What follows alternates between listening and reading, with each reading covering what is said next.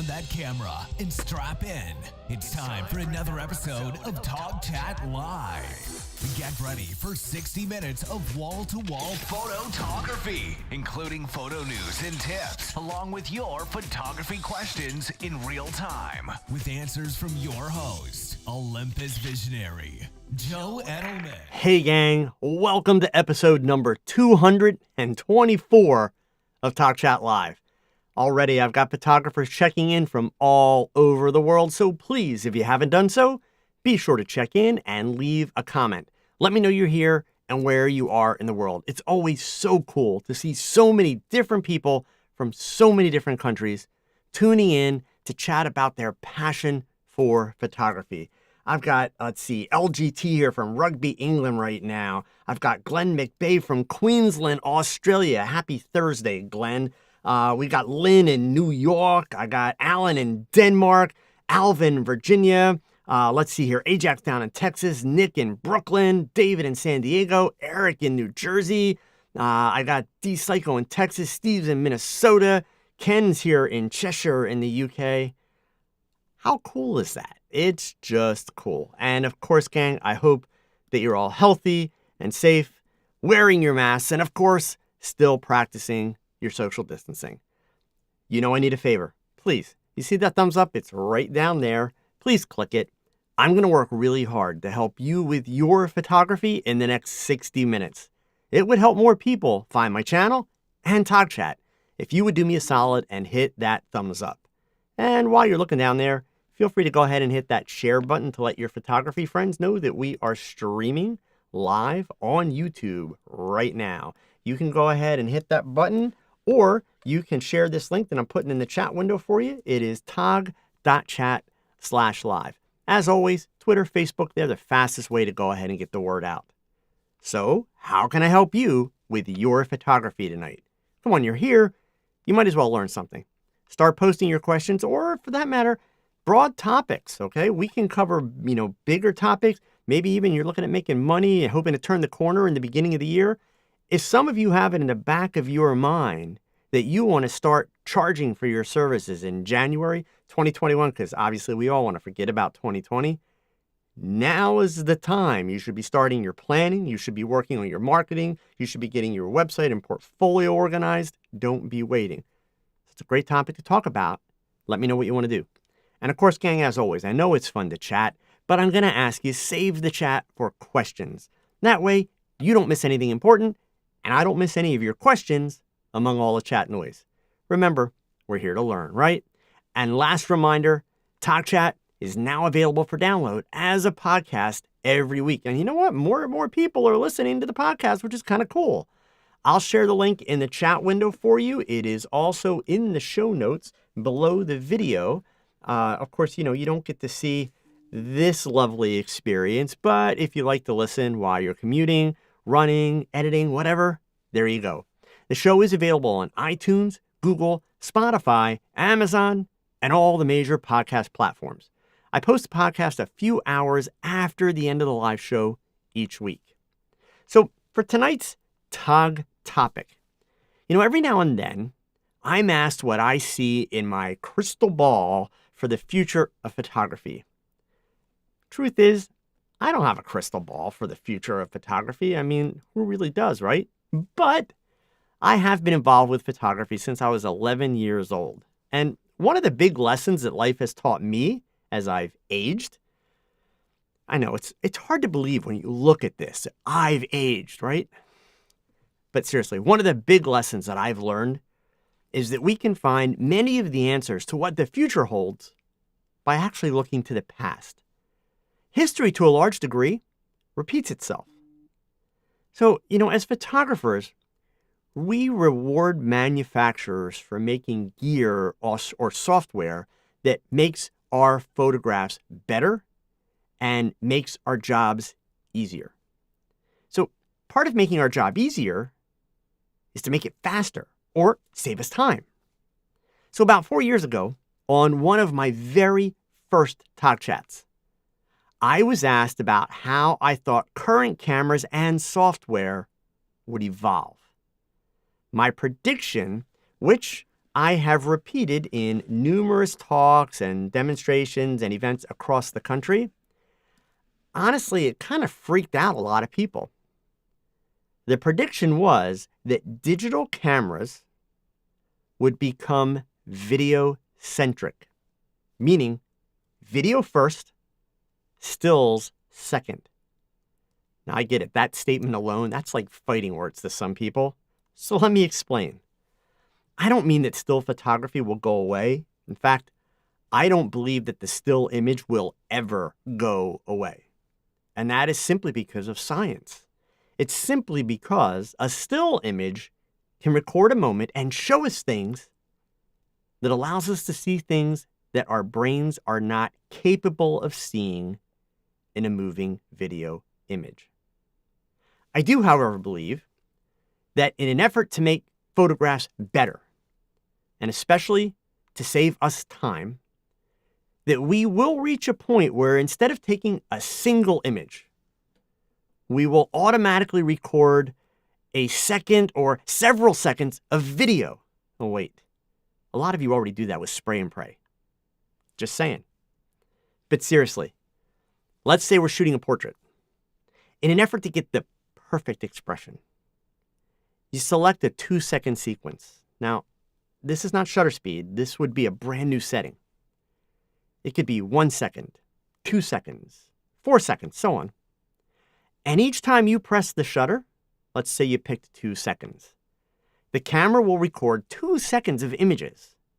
And so if we use one of the current standards of 30 frames per second, that would give you 60 frames. Now, I know most of you are thinking, I don't want to cull through 60 frames every time I press the shutter. That is ridiculous. Yes, it is. Unless we have software that can do it for us and do it quickly. So imagine, if you will, that we had software that maybe looked like Adobe Bridge or Adobe Lightroom that would give you a panel where you would check off things like, what is the subject? So it may have choices like landscape or animal or people or cars or buildings and so on. Now, for a portrait, we would go ahead, we would check off people, then check off portrait, then head and shoulders, then male or female, then happy or serious, then smile, or then soft smile or big smile. Then we would check off eyes open. Well, of course, yes. Then we check off looking towards the camera or looking away from the camera. These selections that I'm talking about, these are filters, search filters. As we select them, the software is using artificial intelligence to eliminate the images that don't fit our requirements. So those 60 frames can be narrowed down to 2 or 3 in literally just a few seconds. Even as recently as this past February, before COVID took over, when I was at WPPI, I had someone tell me that that sounded like something out of a sci-fi movie. Even though Google already has culling capabilities built into some of its phones. But you see, for years now, we've actually had cameras with smile detection or the ability to wait until both of your subject's eyes were open before firing the shutter. Those aren't mechanical features, they are software. So it stands to reason that eventually someone starts to put all of these features together, not in a camera, but in a piece of software that we could use just like we use Lightroom or Adobe Bridge as part of our regular processing workflow. After that happens, and of course, let's face it, after that software is refined, it will make more sense at that point for camera manufacturers to switch to a video-centric design. And we will then pull our still images from short video clips. And that way, even less skilled photographers will be capable of capturing meaningful and fleeting, decisive moments with confidence and consistency. Now, the first step in that evolution, it's finally happened. thanks to Kodak. And before I tell you about this, I can feel it. I can feel some of you grumbling about change. Chill out. Really. Nothing is really going to change yet. But it's gonna. So don't be a dinosaur. Y'all know how well that worked out, right? So this new software, it's called Kodak Professional Select. And I'll tell you straight up, I don't feel that it's ready for prime time. It is the first release, first to market, the first pass at using artificial intelligence to do your image culling. It's exciting because it's a major advancement. But like all technology, it will continue to get better and faster, more accurate. More companies will enter the race. Let's face it, I'm sure that Adobe is knee-deep in this technology, especially given all of the AI work that they're doing with like Adobe Sensei.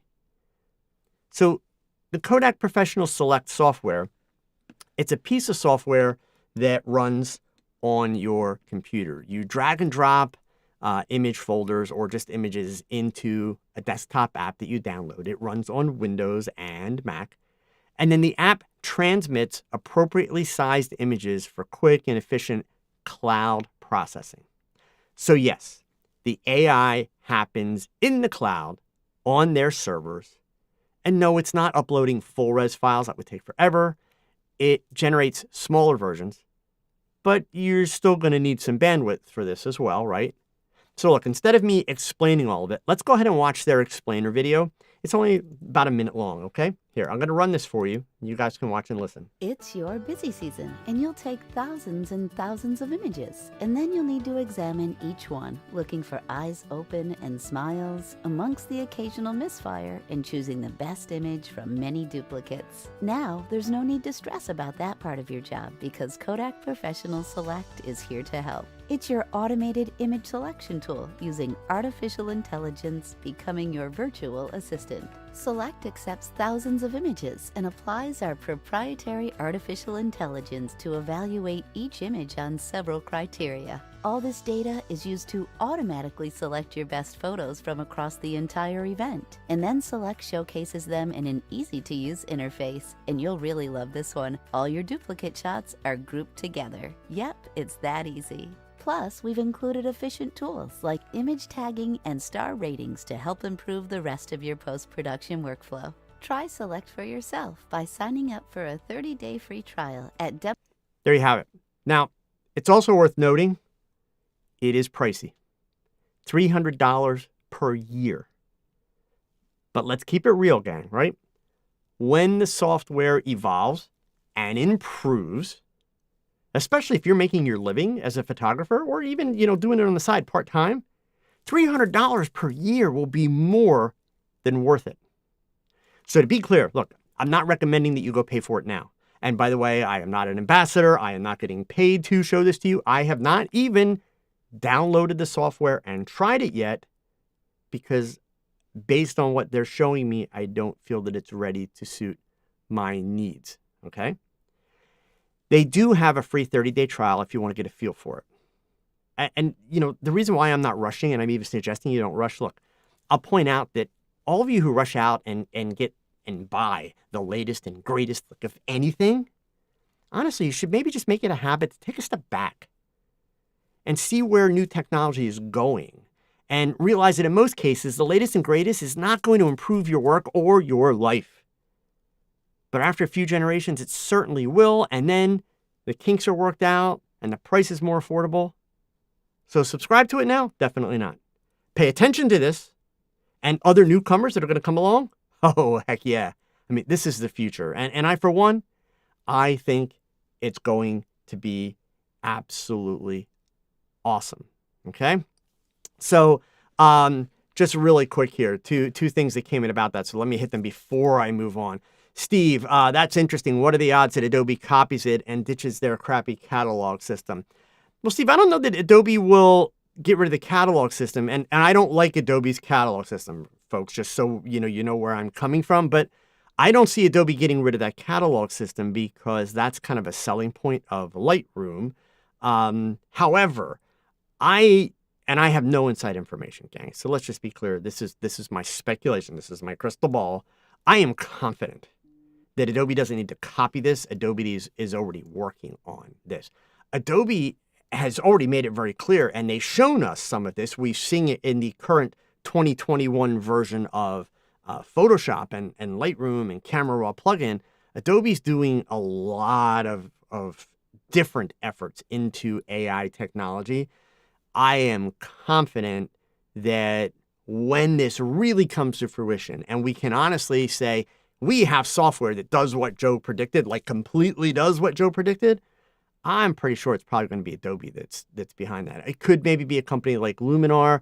Luminar also, with their latest release, doing a lot with AI technology. It is the future, gang, and I think it's amazing. I absolutely do. So the other one here from Mitch, it's a small gripe, but is there a risk in using an AI filter and selection tool that you miss an unexpected, unplanned moment that looks amazing? So, Mitch, that's a great question, and that's going to be the thing that I think a lot of photographers, myself included, will struggle with at first.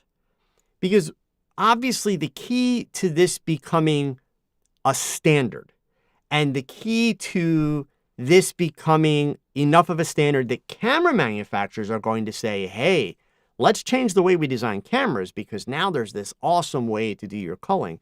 The key is going to be these companies are going to have to develop this software to the point that we can trust it. And that's the key word, is trust, right? There's a great clip floating around right now on the photography blogs. I think it was done in Europe at a soccer game where they were using a camera that was being operated with AI technology that was designed to track a soccer ball. Well, the problem in that situation was the referee, who was on the near side of the field for the whole game, was bald. The game, it appeared from the images that it was late in the day. So the camera would start tracking the ball, and then the minute it came close to the referee, it would lock onto the referee. And the action is, going elsewhere on the field, but the camera's locked on the referee going up and down the sideline. So obviously, this is the beginning. This is the start of it, okay? It's going to take some time, and it's going to take developing trust. So at first, Mitch, absolutely there is a concern. I would not blindly just dive in on any of this software. And to be clear, folks, the main reason I'm saying I wouldn't dive into the Kodak yet is that for me at least, and I think for most of the people that I'm talking to on a regular basis, it doesn't have the filtering capabilities that we would ultimately want. But that doesn't mean I'm not incredibly excited, because I am. This represents a first big step into the future, okay? Elite Panther, how much time do you think it's going to take to refine this software? Honestly, I have no idea. Realistically, if you take my prediction of the future, let's kind of go for the extreme, and we'll leave the camera part out, but I just mean a piece of software that is going to have this kind of editing capability, and it is going to be accurate enough to create trust amongst people like Mitch and myself. I think we're looking at least 5 years, Elite Panther. And where do I come up with that number? It's not just a number I'm pulling out of my butt. It's like, hey, let's go back to any new technology that we can think of historically, right? And it's going to take at least 5 years to really refine. If that technology catches on, it's going to take at least 5 years to refine it and get it to a point where people trust it and really, buy into it. Every now and then does a piece of technology come along that shortens that curve and beats those odds? Sure, iPhone would be a perfect example, right? But that's an exception, not the rule. So I'd say at least 5 years realistically for the software. And then the cameras, look, we all know, look at the transition from DSLRs to mirrorless. The camera companies are somewhat slow to adopt, but Commodore, thank you so much for the super chat. I really appreciate it. The camera companies are slow to make major changes. However, we're in different times. The camera companies are struggling. All of them are struggling. We are coming out of well, I don't know that we're coming out yet, but we're in a pandemic. We're hopefully going to come out of a pandemic. Simple fact of the matter is the only way camera companies are going to make more money from us is to create new, awesome technology that's different, that brings new things to the table. So I do think actually that need, it's a survival need, will potentially push these kinds of changes along quicker. But understand, these changes don't really work until we have the software. So it's not like this is all going to happen overnight, gang. But I'm bringing it up because I've talked about it before. I've talked about it multiple times here on TOGCHAT, and it is, some people will complain, oh, great, now everybody's going to think they're a pro photographer. You know what? Everybody thinks that now, so what's it matter? If it makes things easier, and indeed, if it makes, come on, you been on Facebook or Instagram lately?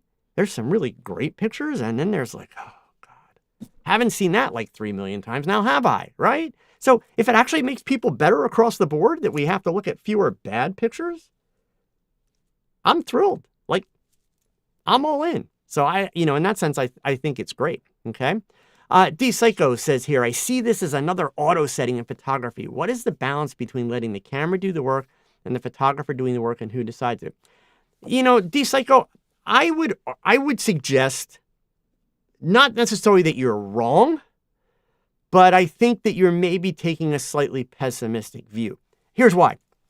So the way that I see it, in contrast to your question or your statement, is I see it simply as another tool, right?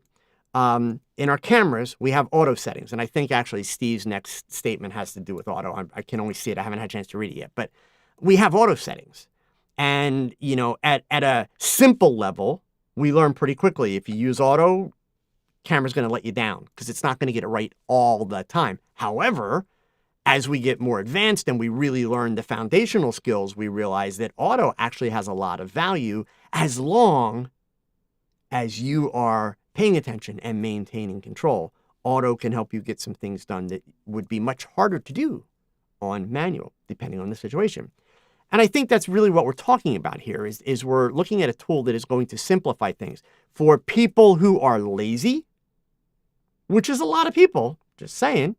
For people who are lazy, then they run the risk that Mitch was concerned with, that maybe the computer misses the best shot or the software misses the best shot. But that's on them, right?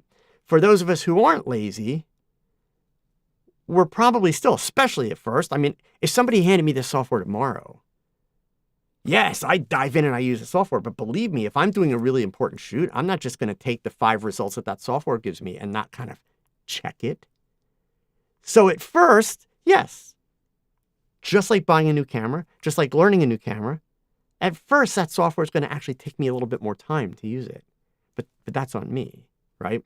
So, and again, as I mentioned, I think part of the key is also understanding that you don't buy the first. You don't buy the first camera that comes out. You don't buy the first piece of software that comes out. You wait until they've improved it, especially when we're talking revolutionary new ideas, right?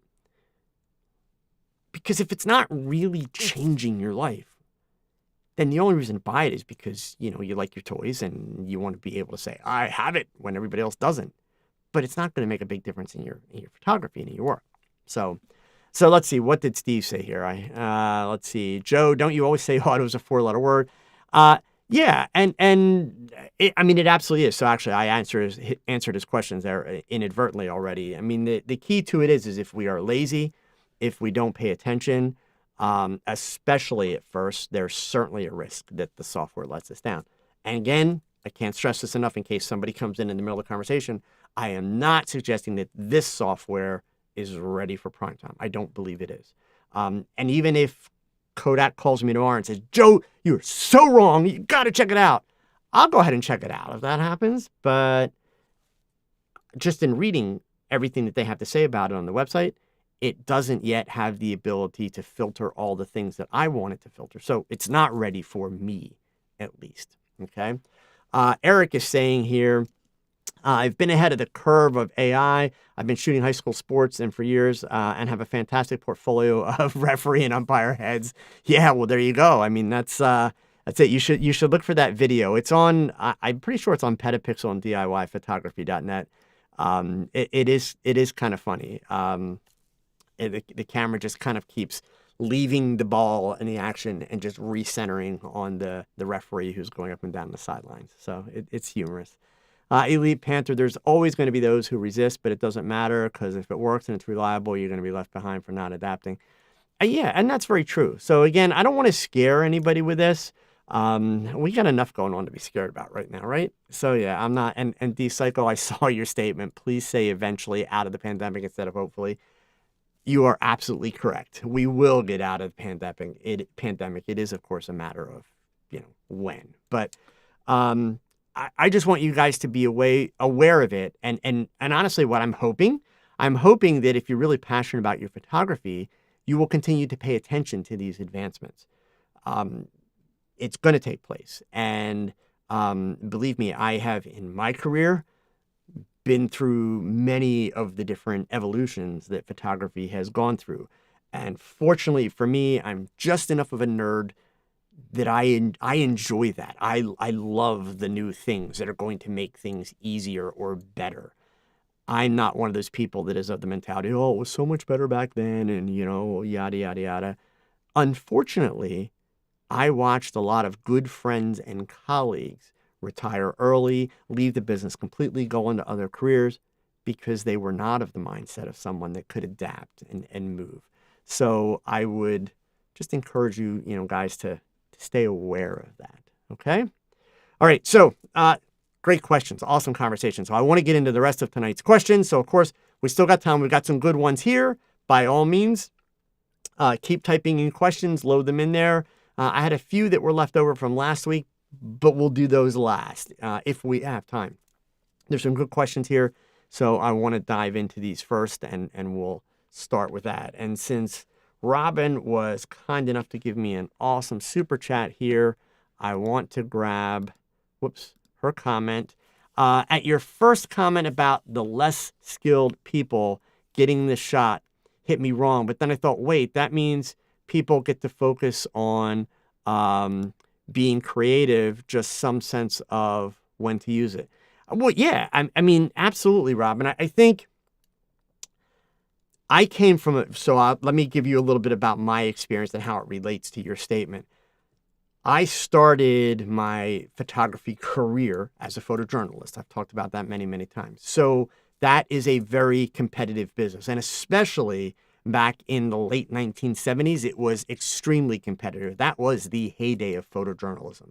Newspapers were not only using lots of pictures, but they were using them big. Back then, most daily newspapers were running about a 60-40 split is what they used to refer to it as. And that meant 60% printed news, 40% imagery, right? So that's a lot of pictures, okay? I am competitive by nature.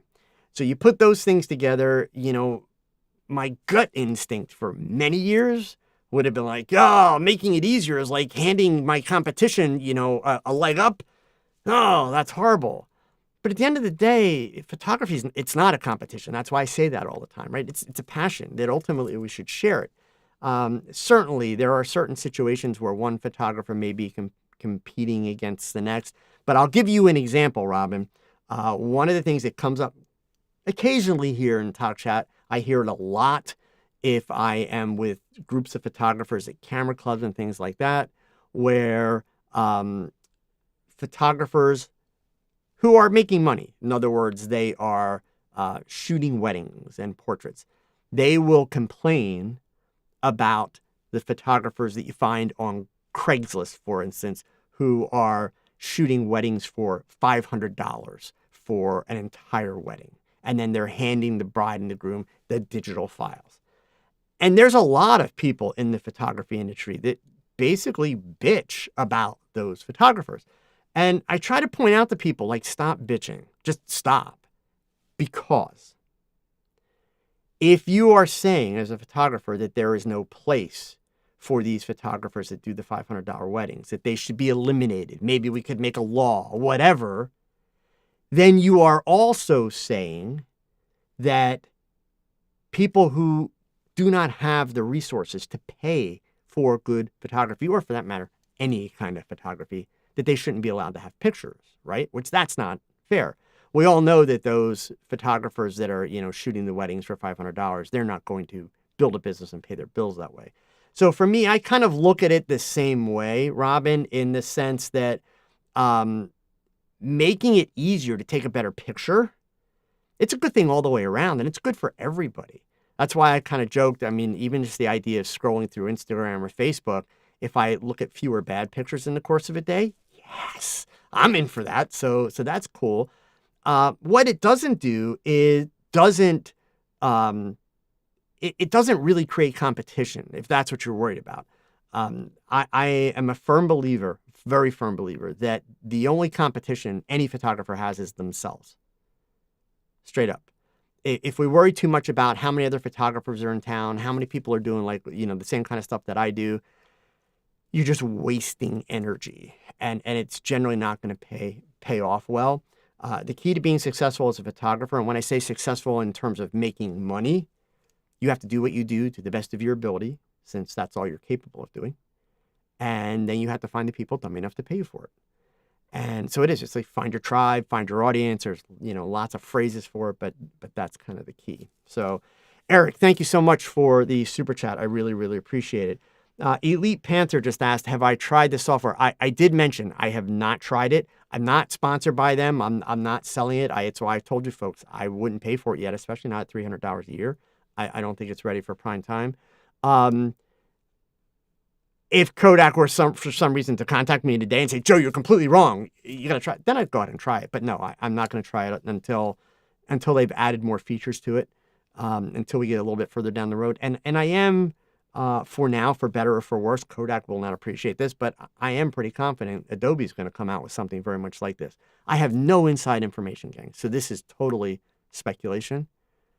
But I would be shocked if Adobe is not looking at things this way. And the only reason I say that, again, is look back through history at how we advance our technology and the priorities we put on those advancements. The stuff I'm talking about is pretty logical because we already have all the pieces. We just haven't had a company put it all together until now. But this is the first pass. So just like anything else, it's still lacking in features, needs to be refined. The search capabilities and the filter capabilities need to be better. And a lot of people are not going to like the cloud aspect, myself included. I have gigabit internet access here, but to be uploading, from a big shoot, even though it's uploading smaller files, that's eating up time. So it's not actually really going to save me time in the end, right? So they're going to have to be able to refine the programming behind all of this AI so that we get to the point where we are able to run it locally on our machines. And maybe they flip the script.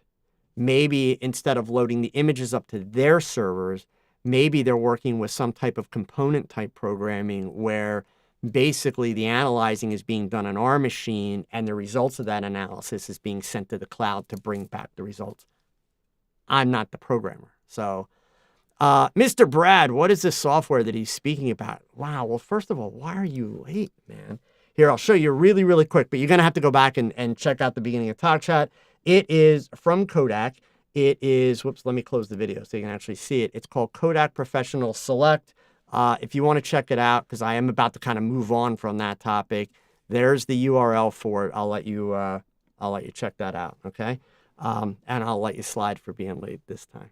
So anyway, all right, let's get some of these other questions I had here. I had some interesting ones that came in early, and there's still time, gang. So get those questions in there.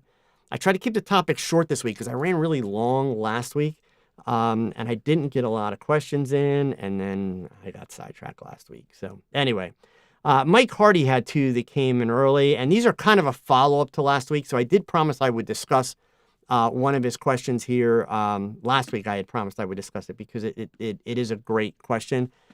So first of all, he asked, I've recently started paying the people I photograph in the last several months. Are you going to touch on that subject tonight? So The easiest thing for me to say about that, number one, is I do believe you should pay your subjects. If you are photographing a model, so remember again, my topic last week was how to find great models, how to know they're a great model, all that kind of stuff, and what makes a great model. If you are trying to, shoot a model, in other words, you found somebody, you want to photograph them, you think they'd be great to photograph, you think that images of them would be wonderful in your portfolio, then yes, in my opinion, you should pay them. Now, relax before everybody's like, oh my God, I don't have that kind of money. I don't mean you're going to pay them huge money. I don't mean you're necessarily actually going to pay them like $100 or $150. You may actually do a trade where they get images, but they're going to get in the car and they're going to spend gas money to come to your shoot. A lot of young girls are going to go out and buy outfits. So contribute a little bit to the process. Don't think that it's all about you, and don't think that your photographs are so amazing that it's worth them jumping through hoops and spending money to be able to get your photos, because they're not a client, right? We're not talking about selling portraits or weddings or anything like that. So I do think that it's very worth it. Mike went on to ask, here's where things get a little dicier.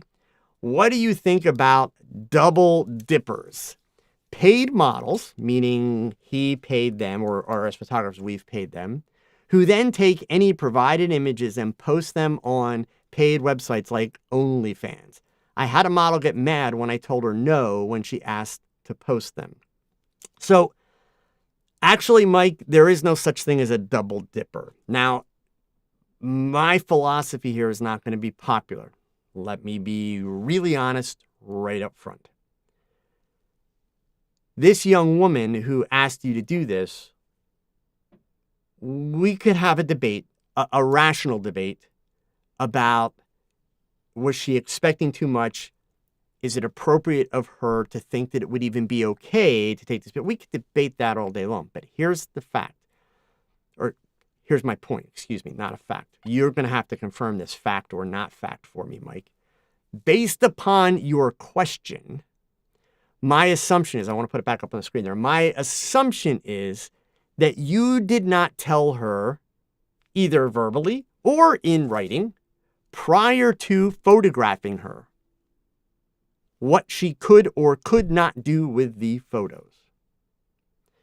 If you had done that, then there's no debate, no question, and if she's all bent out of shape, tough noogies, buzz off. Literally, that's it. If you did not have these discussions, that means you made an assumption. We've all learned that lesson. What happens when you assume? It makes an ass out of you and me, right? So because she was bold enough and willing enough to come back and ask for that, I would honestly say good for her, right? I don't think that you're wrong for telling her no, but you also really don't have a place to be bent out of shape in the sense of, she's being enterprising and hoping to be able to do something with him. So Mike, he says she was a paid traveling model. And in today's world, Mike, we can hear this was his follow-up comment. In today's world, we can pretty much assume a paid traveling model has an OnlyFans page. And look, I'm not making any negative social commentary. Period. Right? It is what it is. It's a thing. It's real. Especially in the midst of pandemic with people losing their jobs, a lot of women have turned to OnlyFans. And there's a whole social commentary there we could get into. That's not what this show is about. So the point being, it doesn't matter that she was paid. It doesn't matter that she's traveling. It doesn't matter anything. You're saying, well, she was a paid traveling model. Like that automatically disqualifies. Since she paid, or since I paid her, she can't do anything with the photos. That's not how contracts work. That's not how the law works. There's a phrase that basically goes, ignorance of the law is not an excuse for the law. I probably got that wrong, so if there's any attorneys here, please don't shoot me, but you can correct me on what the exact phraseology there is, okay? When a situation like this, Mike, it's not worth getting upset over. If you're smart, And if you're really serious about your photography, you learn from it. If you've heard me talk about my prep list, my legendary prep list that is 18 pages long that I used to give to models when I was preparing them for a modeling portfolio shoot, I explain that every single item in that prep list exists because at some point in time, it caused me a problem or almost ruined a shoot. So it wound up in my prep list. And it's basically called learning from your mistakes. And that's what you need to learn from at this point is simply, ultimately, now in the future, there's the possibility that somebody is going to make that assumption or want to do that.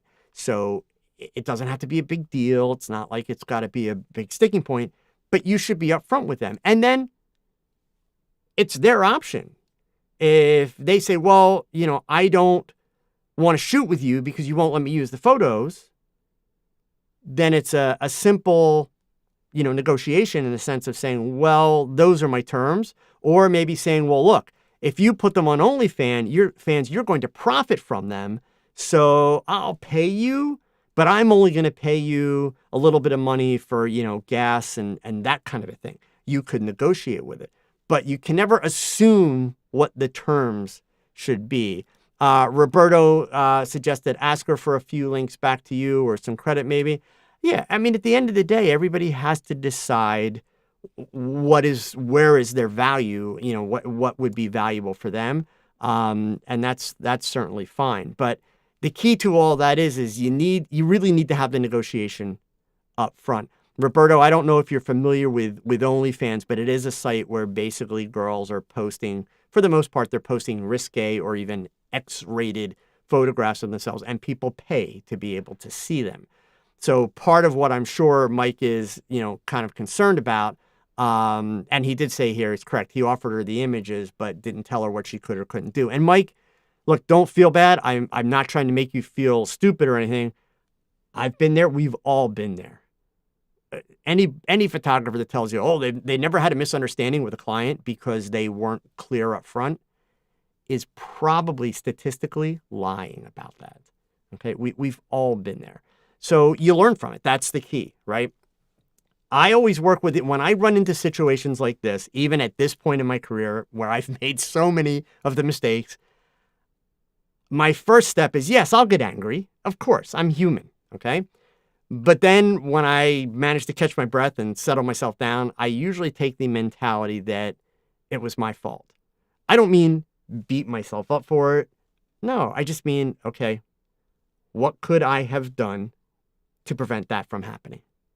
And then I learn from that and I move forward. And in this case, Mike, it's pretty simple. It's just making sure that you're including some kind of a statement. And you could either build it into the email back and forth, which you should be having email. Again, attorneys would cringe when I say this, but it's not that you need a contract for these things, but you should have an email thread where you are putting effort, serious effort, into detailing the arrangements. Dates, times, what do they need to bring, where, who gets what, when do they get it, all those things. And then include, of course, what they can and what they can't do with them. Done, right? That way you're giving them the opportunity to push back in advance in a negotiation phase. You could, in theory, for something like that, probably get away with putting a clause about that into a modeling release, discussing what the images, can and can't be used for. So, I mean, there's definitely options there, but yeah, you want to deal with that up front and you learn your lesson, you move on, not a big deal. Okay. All right. So let's see here. What did I have next? Let's see. The Faustian man. So here, I'm going to be crazy. I'm going to tackle this question. You ready? But nobody start typing. Please relax. Hey, Joe, what do you know? Who'd you vote for? Either way, we still love you. Well, I'm glad you still love you. I vote for the guy that hasn't won yet. That's who I voted for. Okay. So let's see here. German. You got a hurricane going on in Honduras. This has been a horrible storm season. Wow. I hope that all is doing well with you. Okay. Let's see here. Scrolling on down. And I know I had a couple others. From David, what are your thoughts on using TTL for an off-camera key light? David, there's nothing wrong with that. The challenge with using TTL in portrait type lighting, since you're referencing key light, I'm going to assume we're talking about photographing people or portraits. The challenge is really, well, there's two challenges. One, TTL, is not like a guaranteed works all the time kind of thing. And that's going to really depend upon how much space your subject takes up in the frame. If you're kind of filling the frame and shooting a portrait, and that TTL is going to work great. Now, I'm still on one light, just a key light. If your subject is a relatively small piece of the frame, TTL's not always going to nail it, right? So there's a little playroom there. But where TTL can be a challenge is if you then start adding rim lights or hair lights, because TTL has a really hard time understanding up front that you don't want that rim light as bright as the key light, right? Because you want that light to be subtle, etc. So TTL is rarely, if we're talking portraiture, it's rarely going to be a multiple light setup where you can just kind of click it on TTL and then, not worry about things. Probably not the case.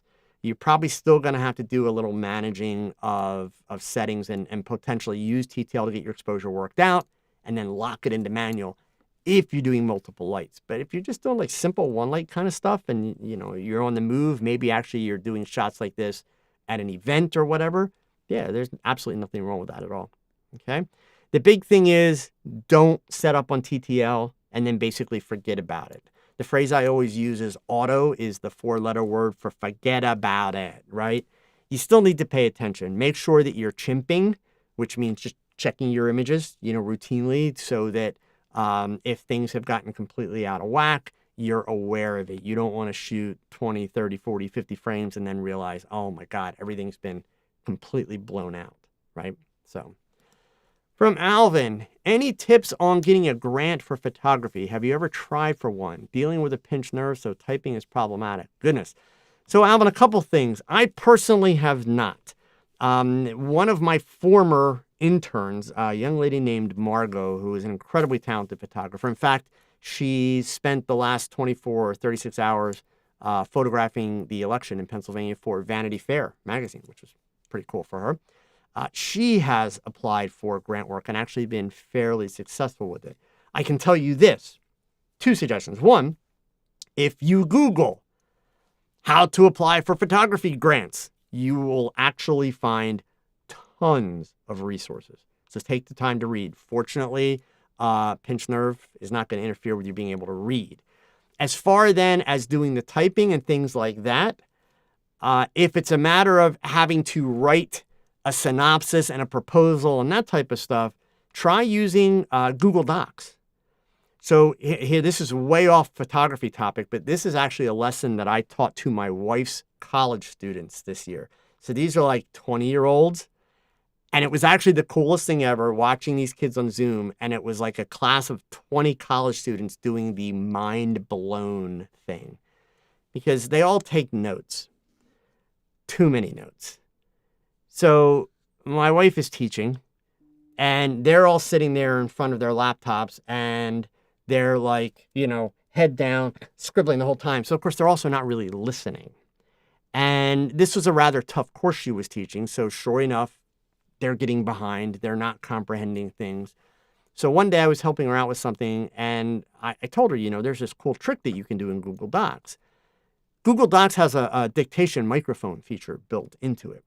So what I showed the kids is that when they come to class, they could open up a fresh Google Doc and just give it a title for that day's class and then click on the microphone and it will then dictate everything my wife says during the class. And it's pretty doggone accurate. Yeah, occasionally it makes some mistakes, etc., but it's pretty doggone accurate. So with any dictation tool, Alvin, including the Google one, you are able to format paragraphs and boldface things and put punctuation and all that kind of stuff. You just have to learn the terminology for what to say. So, basically, if you get to the end of a sentence, you're going to finish your sentence, whatever that word is, and then say, place period, then say new paragraph, and it's going to drop down a line and those types of things. So you can dictate much of it, and then you would only have to do a very, very little bit of typing to be able to clean some stuff up and tweak some formatting. But if you Google tips on getting a grant for photography, you will find tons of resources out there. Okay. Let's see. Mike Hardy again says here, what do I struggle with the most besides posing models?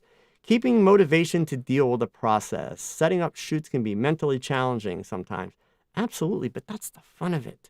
So, I would suggest, Mike, and again, I'm not trying to be tough, but I'm going to challenge your thought process a little bit. I would suggest if you're finding this frustrating, maybe you're photographing the wrong things. Maybe you're not putting the right effort in. In other words, for me, one thing that I find, I will sometimes get to the point where I find stuff kind of challenging or frustrating or honestly boring if I'm kind of repeating things that I've done before, like over and over again. And I mean, that's why I started doing the opening pieces to TOGCHAT where I have a topic every week. Because as much as I love helping you guys, I was also coming here and sitting here for 60 minutes each week and answering a lot of the same questions over and over again. And there were a lot of people, there's more people that don't ask questions than do ask questions. I'm like, this is kind of really ridiculous. Why am I doing this?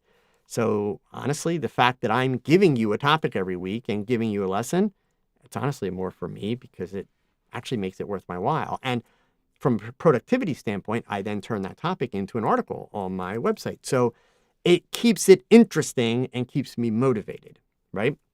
So I would suggest that maybe you kind of want to look at your process a little bit.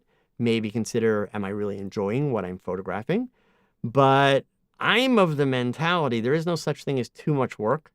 And there is no such thing as too much effort if it is going to get me the result that I desire, right? So it is a little bit of the work smart, not hard philosophy, but you still can't be afraid of hard work. That would be my response there. So, Steve Wilking, have you ever looked at your images and said, man, this just isn't good enough. What am I doing? Yeah. Like all time, man. I'm never happy with my images, ultimately. I mean, don't get me wrong. Like, I'm proud of the work that I do. I have images that I'm very proud of. People frequently, this image has kind of become like one of my most well-known images, right? The one that was on the billboard. When I shot the image and when I first assembled the image and shared it with the world, I was just kind of like, all right, it's a composite, move on. Like literally that was like it. I didn't think that it was going to be all that exciting to people necessarily. I didn't think that people really connect with it. I was kind of like, it's okay. That picture has been seen around the world now. It's been in magazines. It's been on magazine covers. It's been on billboards here in the United States. It's been on a billboard on the side of a building in Manila in the Philippines. The organization that ran that contest that I entered, Art Pop, they used that image as the cover image of their website for almost a year. So it's gotten a lot of mileage and it's kind of become like one of like the images that I'm known by. So I'm proud of it. But frequently I will shoot things. I'm sure that when the pandemic was over, so there you go, D-Psycho, when the pandemic is over and I'm able to really get back into shooting on a regular basis, I'm sure I'm going to have a lot of those moments because as I have said to you guys, since March, I've done very little work with people at all. My wife is a little bit older than me. She is high risk health-wise. So I am being extremely cautious and extremely careful. As much as I am dying to, get a makeup artist and a hairstylist together and a model and do a bunch of stuff, that's not really a smart thing for me to do. So I'm avoiding it. But that also means it's a lot of time without really, going through my mental drills and my habits and all those things. So I'm sure when I get back to shooting, on a more regular basis, it's going to be kind of painful, but that doesn't that doesn't have any reflection on my passion for what I'm doing and how much I enjoy it. So I just really use that as a motivator. It's like, okay, bonehead, what's going on? Why is, what were you thinking? Because that's crap. And then solve the problem, move on from there. And I mean, that's photography. So that would be my answer to that. Okay. Let's see here. Scrolling on down. And I know I had a bunch more that came in here. Steve, speaking of crystal ball, have you ever shot a portrait with a lens ball? I have not, Steve, because I'm a stubborn cuss. What I mean by that is the company that makes those lens balls. So for those of you that don't know what it is, there's like those round crystal balls where you see everybody like they hold it up and they take a picture of the landscape, and then in the crystal ball, everything's flipped upside down, right? That company did a great job of marketing aggressively. So everybody was buying them. Like for a couple of months, you'd go onto Facebook and every day you'd see like 10 different pictures shot with a crystal ball. Right out of the box, that for me is don't buy it, won't buy it, never use it, forget it. Because the fact of the matter is most of the pictures that you saw taken with that crystal ball, they sucked. Come on, they just did. They were predictable, they were boring, they were not unique, they were not creative. So what's the point? Just to be able to say you did it, you're going to spend the money for that ball to say you did it, right? So for me, that's immediately, hands down, not even going to be a thing. So I'm just stubborn that way. So yeah, I haven't tried it, won't try it. It's, not unless I'm walking around one day and some idea pops into my head that's like, oh my God, I have never seen anything like this. And I think this would be so cool because it's never been done. Then I might be convinced to go get one. But otherwise, yeah, definitely not. So, all right, Kevin recently began using Flash, and I'm asking for suggestions how to address reflections on eyeglasses. Well, Kevin, it just so happens I have a video all about that. So if we go to my YouTube, I'll get you the link here. If we go to my YouTube channel, but just so you guys see how to find this stuff, not up top where it says search, because that's all of YouTube, but right down there where that little magnifying glass is, just type in eyeglasses, and I can't type and spell at the same time. Sorry. Okay. Right there. How to avoid glare in eyeglasses. I'm going to copy the link address. I'm going to type it in the chat for you there. And there you go. It's a 10-minute video. Give you all kind of ideas, how to get around it, things to do. Hopefully that will help out. Okay. All right. Let's see. What do we got next here? Let's take that off the screen. And that was our AI stuff. And got that. Scrolling on down here. Let's see. Whoops. There we go. And R. Mandimbi. A good software, in my opinion, is one which gives possibilities for both manual and AI features like Luminar 4 is trying to do, although the software is not very stable. Yeah, I mean, I think it's reasonable to say, just like a camera, R. Mandimbi, nobody, I shouldn't say nobody, that's an inappropriate statement. Many, many people are going to insist, myself included, insist on having the option to have control over things. I'm that way with a camera, right? So yeah, I mean, we have to be realistic, gang. Like Luminar, with Luminar 4 and now the Luminar AI, I haven't had a chance to play with it yet, but from everything I'm seeing and hearing, like, whew, really pretty amazing, right? But if we're being realistic, yes, it is amazing. But is it time to like abandon everything? If you're using Adobe, is it time to abandon everything Adobe and run to that just because of the AI? No, definitely not. Not just because of the AI. Because part of the problem that we're also running into now is we're seeing tons and tons and tons and tons and tons and tons of really, really bad pictures with really, really, really cool skies. And guess what? It's the same sky that I saw in 15 other pictures. So, it's just one of those things like everybody just needs to take a pause. It's really cool. It is a game changer. I would argue that Luminar is doing some amazing things, and they certainly have been first to space beating Adobe out big time in terms of getting their software out there. Because, you can develop the coolest software in the world, but until you get lots and lots and lots of people banging on it and using it and trying it, you don't really know what you got. And you don't know if it's really meeting the needs of the people that you've made the software for. So you got to get it out there. That's why a big part of the AI features that Adobe put into the new Photoshop 2021, they suck. But you know what? They're really cool. Like if you look at these features and you imagine the potential of where these features are going to go to, and the fact that they've made a lot of that kind of open source so people can program things to add to it. Oh my God, that's brilliant. It's absolutely brilliant. So this is AI, even though we've been hearing it for quite a few years now, we're really just in the very beginning of AI starting to really kind of become an everyday thing, an accessible thing, and a practical thing. But it's not where it needs to be yet. That doesn't mean AI sucks. That just means, hey, pay attention to this, because it's gonna allow you to up your game as photographers. Huge. But would I run out and buy anything and everything AI today? No, definitely not. No, not at all. Okay. All right. Let's see. Scrolling on down here. And see if we can get a couple more in real quick. I'm always going to run over, of course. Coronavirus. Love the username. Not. What do you think about the new Photoshop? I think it's awesome. I still have not gotten through all of it, which is why I did promise I will do a review of it. And you guys have my word. Next week, I'll kind of do my review and my walkthrough of it. I had hoped to maybe do it this week, but full disclosure, tomorrow night I'm doing a presentation for a camera club up in Buffalo, New York, all about the RAW processor. And obviously I'm retooling that presentation for the new Photoshop.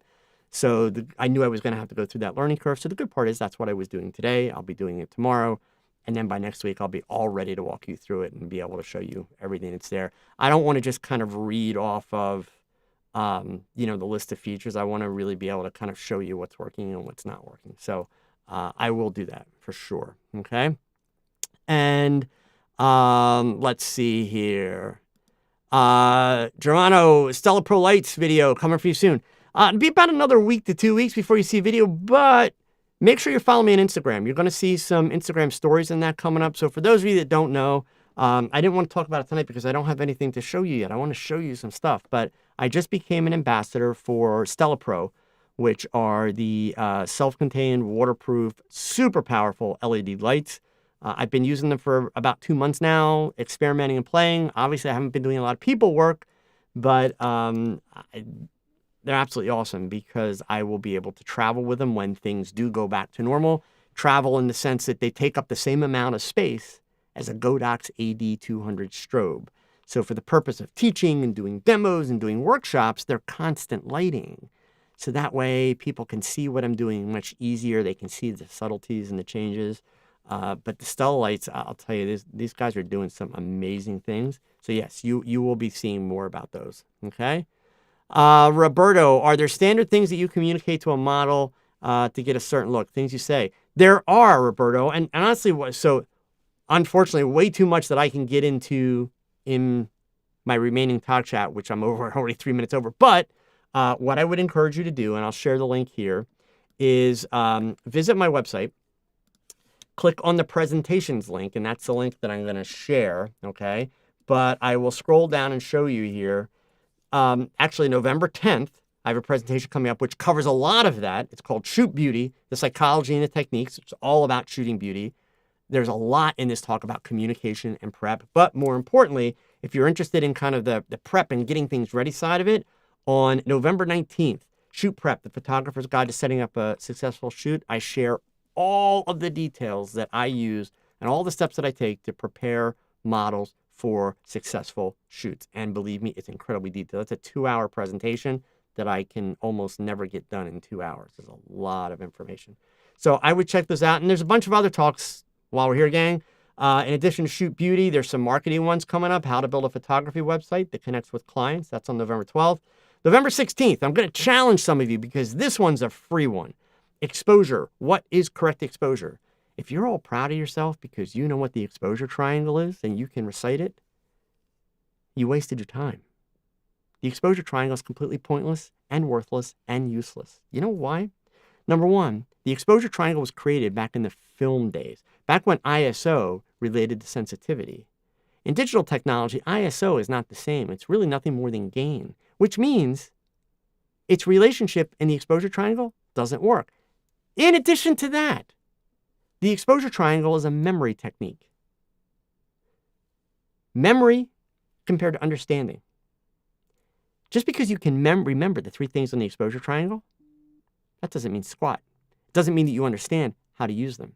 And I hate to tell you, gang, that memory is in a completely different part of the brain than understanding. So one does not mean you've got the other. So you might want to check that out. That one's completely free. Secret powers of raw files. If you struggle with your processing, this is not retouching. Processing, developing your images. So this is good for people that do portraits, shoot ducks. This is great for you, okay? The shoe prep I mentioned, file management for photographers, portrait photographer's gear. This one I had to get pushed back, but it's coming up. So there's a bunch. These are all presentations that I do online. They are all extremely detailed, very thorough, lots of information, okay? All right, and all right, I'm going to make this. Oh, Mike, thank you for the super chat. I don't know how I missed that. My apologies. Thank you so much for the super chat, man. And my pleasure. I hope that that kind of helps you out. Don't beat yourself up too much. We've all gone through that learning lesson, right? So this is going to be my last one for tonight, gang. Joe Conte. I'm in two minds about having my package pricing visible on my website. Doing so won't drive potential customers to contact me. Showing prices will keep things transparent for clients. Thought. Well, I actually have very strong feelings on this, Joe. I'm sure that you're shocked to hear that, right? But I do talk about this a lot. I talk about it in the marketing presentations that I do. I am 1,000,000% opposed to putting prices on a website, with one exception. So I'll do the exception last. The reason why you don't want to put prices on a website is by putting prices on a website, you are giving potential clients. Your clients don't go to your website. Potential clients go to your website. If the prices are there, you are giving potential clients the opportunity to look at your photographs, look at the prices, say, he's not worth that. He's too expensive. And make a purchasing decision not to purchase and go away. You're encouraging all of this to happen without ever talking to you. But the worst part of it is, at that moment that they clicked on the link for prices, why did they click on that link? They had looked at your photography and they were interested. You can't be a photographer who photographs people and not interact with people, right? So you never put your prices on your website. I said there's one exception. Let's say you live in a fairly small town or a suburb of a city, and there's 5 other, we'll do weddings as an example. There are 5 other wedding photographers in your small town. You need to go and look at their websites. If all 5 of those photographers, and I mean all 5, not 3, all 5, have prices listed on their websites, you need to include prices. However, you're not really going to put all your prices. You're going to have a link that says prices. On that link, you will talk about the idea that your packages start at such and such a number, and you'll actually put a number with a $sign. But you will then go on to talk about how, you are open to customizing things for anybody, et cetera, et cetera. Let's talk about what you would like to have as a remembrance of your day.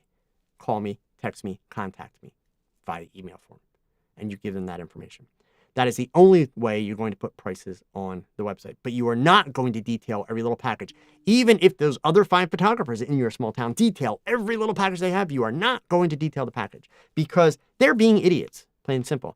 And please, Mike, one other really, really important thing. If you do wind up putting your prices on your website, don't be one of those idiots. Yes, I just said that. I mean it because it's the dumbest thing I've ever seen. Don't be one of those idiots that makes the link say investment instead of prices. I'm sorry, gang. I don't know where those photographers come from, but where I come from, investment is expensive. It's a big commitment. We're talking about photography. You don't invest in photography? Just like the dumbest thing ever. Why would you want to make your work sound more expensive? If you want to be able to charge more for your photography, get off your ass, practice, and learn to create work that is going to make people say, my God, I've got to have it. I don't care what it costs. That's how you make more money, not by calling it an investment. So please don't be that photographer. Okay? All right, gang. And I think I got them all. Awesome. So that's cool. So, you know what you got to do? Stay safe. Stay healthy. Go pick up your camera. Practice, gang. Please practice. And thank you. You know, tonight was freaking awesome. Awesome conversation. You know, we touched on the fact that I think everybody's a little stressed tonight. I know I am. I was up late last night. Hey, look, whatever happens, I'm glad we have photography to talk about because it is something that unites us. It's something that we all can share in. And I appreciate the fact that when we can challenge ideas and we can discuss them and we can realize there's no one set answer for everybody in photography, that's what makes all you guys awesome. So as always, gang, whatever you do, get out there, take pictures, pick up your camera. Because remember, your best shot, it's your next shot. So keep learning, keep thinking, keep shooting. Adios.